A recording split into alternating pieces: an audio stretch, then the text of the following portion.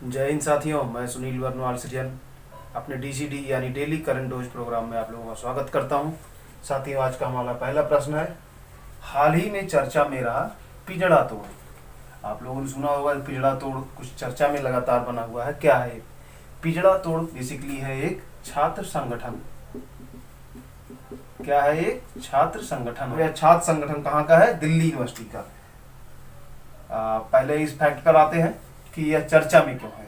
चर्चा में होने का एक्चुअली कारण क्या है कि ये जो पिजड़ा तोड़ छात्र संगठन है, इसके दो छात्र, एक तो नताशा नरवाल और यह देवांगना कलिता, ये दोनों जो हैं, इन दोनों का नाम अभी निकल के आया है कि दिल्ली दंगे में, अगर आपको याद हो जो दिल्ली दंगा हुआ था, कब? 1 फरवरी 2020 में अभी जो एक सांप्रदायिक दंगा हिंदू मुस्लिमों के बीच में हो गया था दंगा, तो वही इस दंगे में माना जा रहा है कि ये नताशा नरवाल और ये देवांगना कलिता की अहम भूमिका है, क्योंकि इन्होंने एक जफराबाद मेट्रो स्टेशन के पास कुछ लोगों को इकट्ठा करके और उन्हें मोटिवेट किया था इस तरह के दंगों को करने के लिए। तो इसी संदर्भ में इनका नाम आया है, इन दोनों का। तो इनसे जुड़ा हुआ है छात्र संगठन पिजड़ा तोड़। और पिजड़ा तोड़ छात्र संगठन है किससे जुड़ा हुआ? तो है हमारा दिल्ली यूनिवर्सिटी का यह छात्र संगठन है। तो नेक्स्ट क्वेश्चन पर आते हैं। हाल ही में चर्चा में रहा गलवा घाटी, यह कहां पर स्थित है? हमें बताना है कि गलवा घाटी कहां पर स्थित है। गलवा घाटी हमारा स्थित है कहां पर? लद्दाख यूनियन टेरिटरी में। और इसके चर्चा में रहने का कारण क्या है कि अभी चूंकि आप जानते हैं लद्दाख जो है भारत और चीन के बीच सीमा भी बनाता है, तो ये जो गलवा घाटी है बेसिकली यह भारत और चीन की सीमा पर स्थित है। तो जो चीन की सेना जो है लगातार भारतीय क्षेत्रों का अतिक्रमण कर रही है। कौन सी? चीनी सेना भारतीय क्षेत्र का लगातार अतिक्रमण कर रही है, इस गलवा घाटी का जो क्षेत्र है। साथ ही साथ अभी हाल ही में जो ग्लोबल टाइम्स जो है, ये ग्लोबल टाइम्स एक न्यूज़पेपर है, ये क्या है? जो चीन की जो कम्युनिस्ट पार्टी है, जो वर्तमान में रूलिंग पार्टी है, उसका मुखपत्र है। ठीक है, तो इस ग्लोबल टाइम्स ने ये दिखाया है अपने पत्र में कि जो गलवा घाटी है पूरी तरह से किसका है? चीन का है।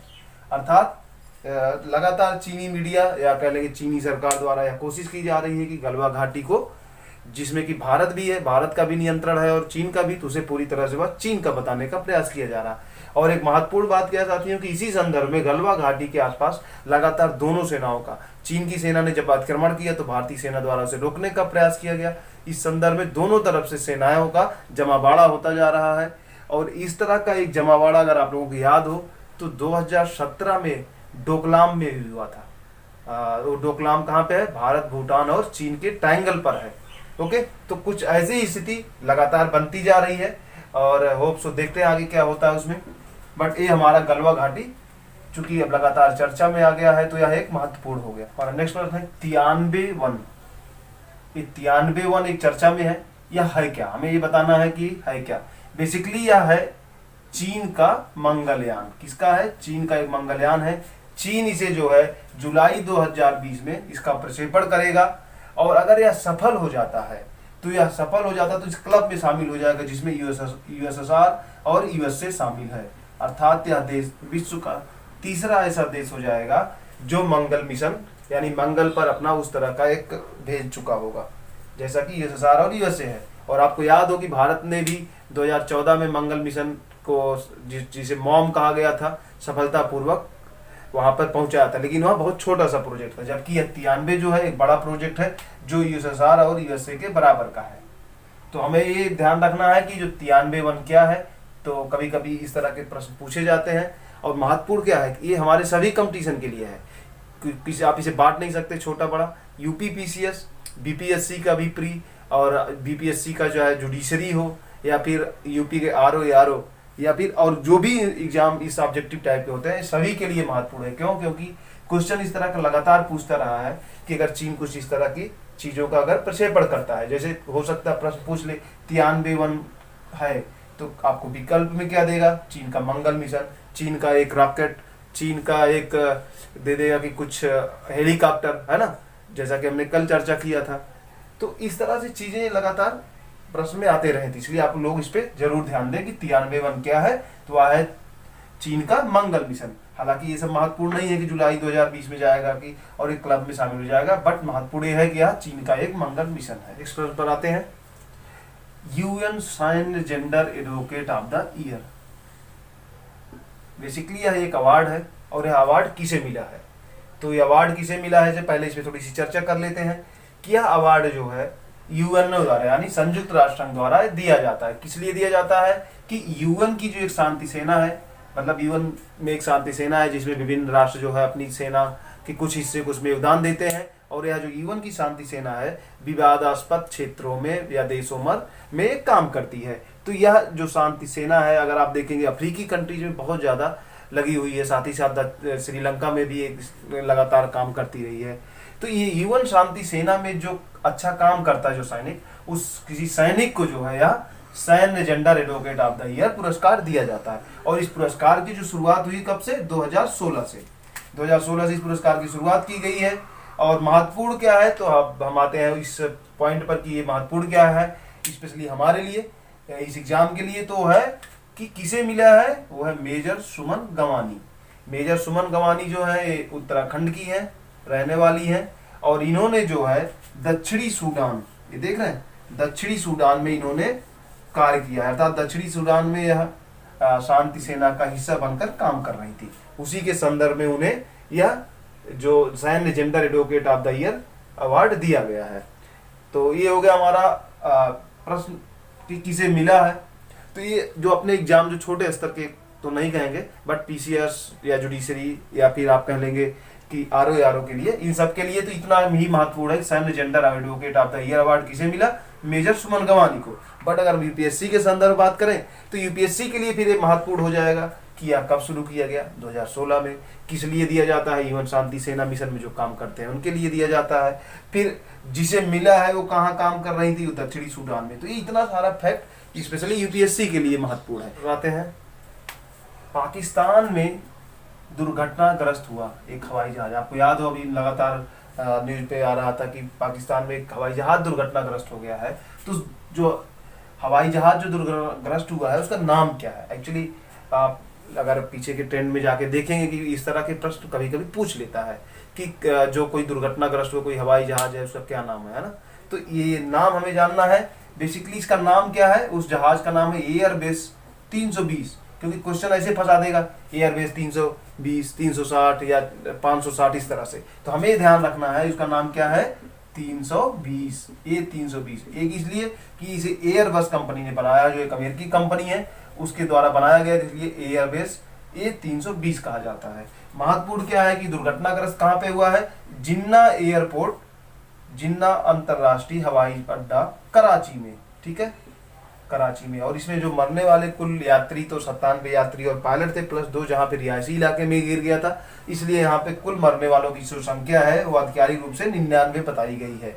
हो सकता है चूंकि रिहायशी इलाके में गिरा था और भी ज्यादा मृत्यु हुई हो, लेकिन आधिकारिक सूचना यही है कि 99 लोगों की कुल मृत्यु हुई थी।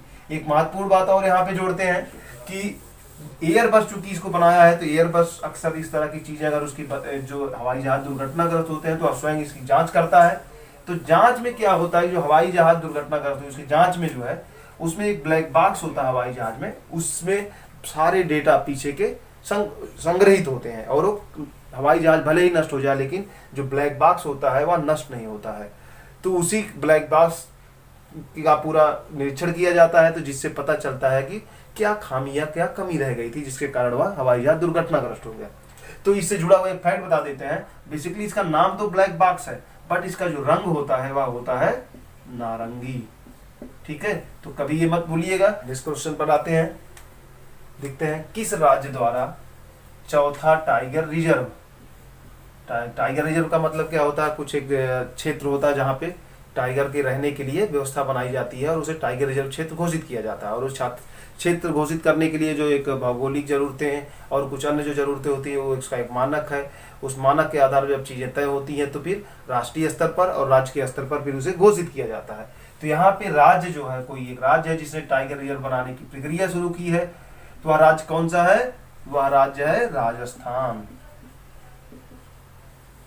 थोड़ी और चर्चा कर लेते हैं और फैक्ट लेते हैं। ये जो बनेगा कहाँ पे, क्योंकि क्वेश्चन अभी पूछता है ऐसे ही, क्योंकि उस नाम से जोड़ दिया जाता है। तो जो बनाया जाए कहाँ पे, बूंदी जिले में। राजस्थान का एक जिला है बूंदी, और इसी बूंदी जिले में यह चौथा टाइगर रिजर्व बनाया जाएगा। बूंदी जिले से एक महत्वपूर्ण बात निकल के आती है कि बूंदी जिले में एक महत्वपूर्ण नदी बहती है। अब आप सोचिए कि अगर टाइगर रिजर्व बनाएंगे आप, तो वहाँ पे नदी या पीने के लिए जल का स्रोत भी होना चाहिए। तो यहाँ पे महत्वपूर्ण क्या है कि जो मेज नदी है यह वर्ष भर पानी से भरी रहती है। वर्ष भर पानी, आप लोग जानते होंगे अगर तैयारी में है, या राजस्थान के लोग विशेष रूप से, कि जो राजस्थान की नदियां ज्यादातर ऐसी हैं कि जो सूख जाती हैं, वर्ष भर उसमें पानी नहीं रहता।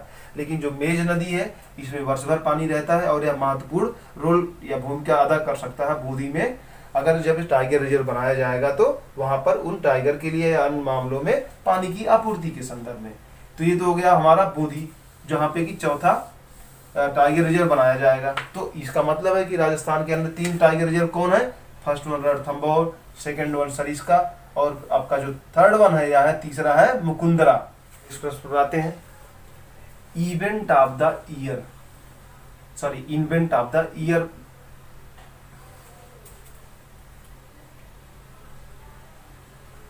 साथियों नेक्स्ट प्रश्न पर आते हैं, इन्वेंट ऑफ द ईयर का पुरस्कार किसे दिया गया? तो इन्वेंट ऑफ द ईयर मतलब जो बहुत सारी चीजों को लोग इन्वेंट करते रहते हैं उसी के संदर्भ में पुरस्कार है जो अमेरिका द्वारा दिया जाता है।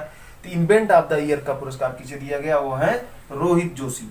रोहित जोशी भारतीय मूल के एक कह सकते हैं कि इंजीनियर्स हैं, और इन्होंने IIT मुंबई से जो है क्या किया था? बीटेक किया था। और महत्वपूर्ण बात क्या है कि वर्तमान में ये जो है IBM थॉमसन वाटसन शोध केंद्र न्यूयॉर्क में कार्यरत है। और एक महत्वपूर्ण बात क्या है कि जो रोहित जोशी हैं इनके नाम पर कम से कम 250 से ज्यादा पेटेंट इन्होंने करा रखे हैं। अर्थात इन्होंने अपने इलेक्ट्रॉनिक के क्षेत्र में बहुत सारे इन्वेंशंस करते रहते हैं, तो उसी संदर्भ में इन्होंने लगभग 250 से ज्यादा पेटेंट अपने नाम करा रखा है। और इनका जो मुख्य काम है इलेक्ट्रॉनिक इंडस्ट्रीज और आर्टिफिशियल इंटेलिजेंसी, तो इन क्षेत्रों में काम करते हुए इन्होंने जो काम किया उसी के संदर्भ में इन्हें इवेंट ऑफ द ईयर का पुरस्कार दिया गया है। तो हमारे लिए महत्वपूर्ण क्या है कि इन्वेंट ऑफ द ईयर पुरस्कार रोहित जोशी को, और किससे जुड़े हुए हैं? इलेक्ट्रॉनिक इंडस्ट्रीज पर आर्टिफिशियल इंटेलिजेंसी। साथियों नेक्स्ट प्रश्न, एल्डोस्टेरॉन क्या है? हमें जानना है कि एल्डोस्टेरॉन क्या है।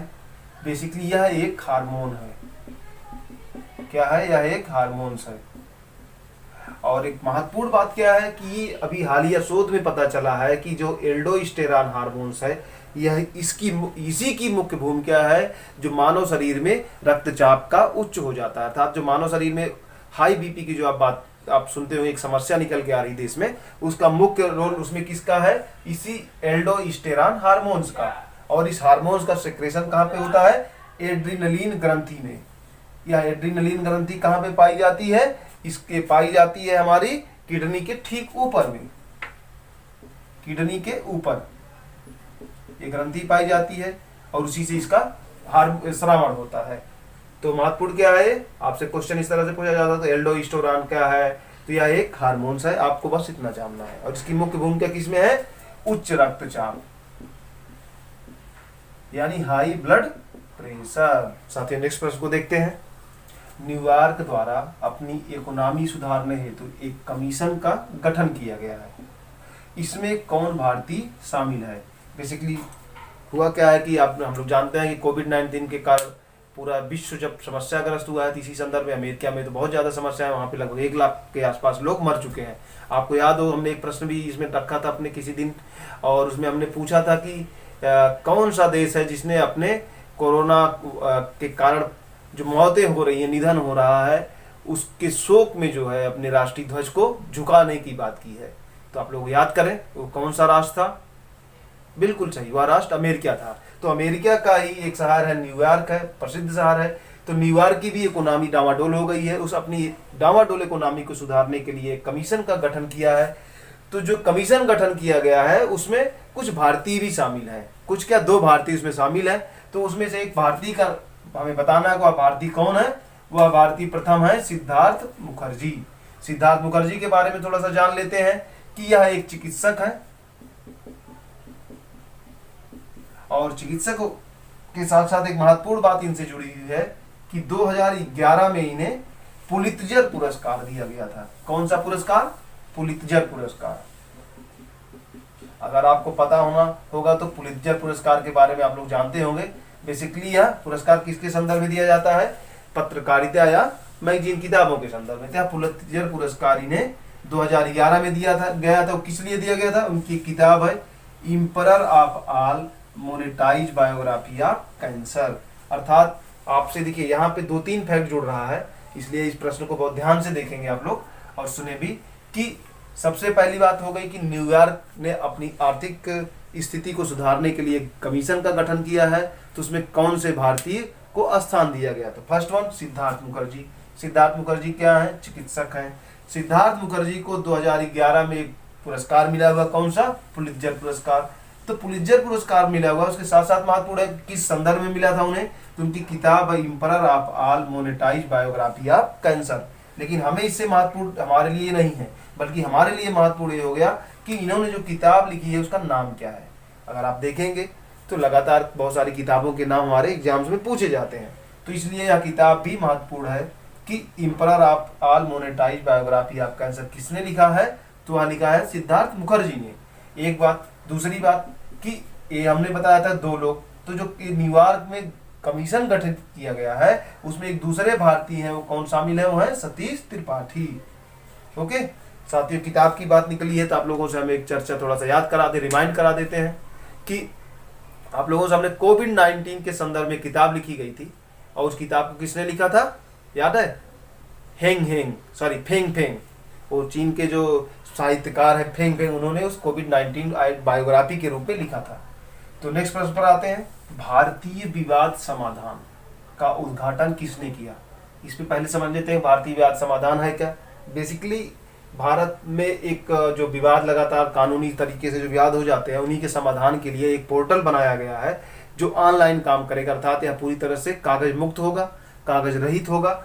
और इसमें जो है इस विवाद समाधान में कुछ लोग शामिल होंगे, जैसे supreme court, high court, district court, साथ साथ जो हमारे प्रशासनिक अधिकारी हैं, रिटायर्ड प्रशासनिक अधिकारी, और सीए। नेक्स्ट वन आप इसमें कह सकते हैं उद्योगपति। तो इस तरह से ये बहुत है ना, बहुत सारे निकाय, इसमें इस निकाय में बहुत सारे लोग शामिल हैं। तो इस तरह ये विवाद के समाधान में काम करेगा। महत्वपूर्ण क्या है हमारे लिए कि जो इसका उद्घाटन किसने किया है? तो है ए.के. सीकरी साहब, या सुप्रीम कोर्ट के रिटायर्ड जज हैं, और इस समय ये जो कहाँ पे कार्यरत है? इस समय पे इनकी अंतरराष्ट्रीय वाणिज्यिक न्यायालय यह है सिंगापुर में। अंतरराष्ट्रीय वाणिज्यिक न्यायालय कहाँ पर है? कभी आपसे प्रश्न पूछा जा सकता है कि अंतरराष्ट्रीय वाणिज्यिक न्यायालय कहाँ पर है? सिंगापुर में।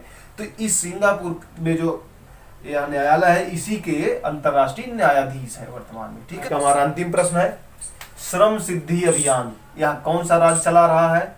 जैसा कि हम लोग जानते हैं कोविड-19 के कारण लगातार बहुत सारे प्रवासी मजदूर अपने मूल राज्य की ओर आ रहे हैं। उसी संदर्भ में यह भी है, श्रम सिद्धि अभियान कौन सा राज्य चला रहा है? वह राज्य है मध्य प्रदेश। और इसके तहत क्या किया जाना है? बहुत सारे जो मजदूर हैं जो पहले बाहर रहते थे वो आ रहे हैं, तो उनके पास जॉब कार्ड नहीं होगा, है ना। अगर जो अपने राज्य में रह रहे थे उन्हें तो मनरेगा में या अन्य कार्यों के लिए जॉब कार्ड था, बट अब बाहर से आ रहे हैं तो इनके पास जॉब कार्ड नहीं है। 3 मजदूरों को जिनके पास जॉब कार्ड नहीं है, इनका जॉब कार्ड बनवाना है। वो जॉब कार्ड कौन बनाएगा? पंचायतें। अर्थात यह जिम्मेदारी किसको दी गई है? इनके जॉब कार्ड बनाने की जिम्मेदारी पंचायतों को दी गई है। और साथ साथ पंचायतें अच्छे से काम करें इसके लिए कुछ और व्यवस्था की गई है। 1, 2, 3 अर्थात 2 लाख रुपए, 1 लाख रुपए और 50,000 रुपए, यह 3 पुरस्कार भी घोषित किया गया है कि जो पंचायतें इस जॉब कार्ड को बनाने में सबसे अच्छा काम करेंगी उन्हें 2 लाख रुपए, दूसरे को 1 लाख और तीसरी पंचायत को 50,000 रुपए भी पुरस्कार के रूप में दिया जाएगा। साथ ही साथ एक और महत्वपूर्ण बात है कि ये जो श्रमिक प्रवासी आ रहे हैं उन्हें इस जो मध्य प्रदेश सरकार द्वारा पहले से एक संबल योजना चलाई जा रही है, उस संबल योजना से भी उन्हें जोड़कर सारे लाभ उपलब्ध कराए जाएंगे। Okay, thank you.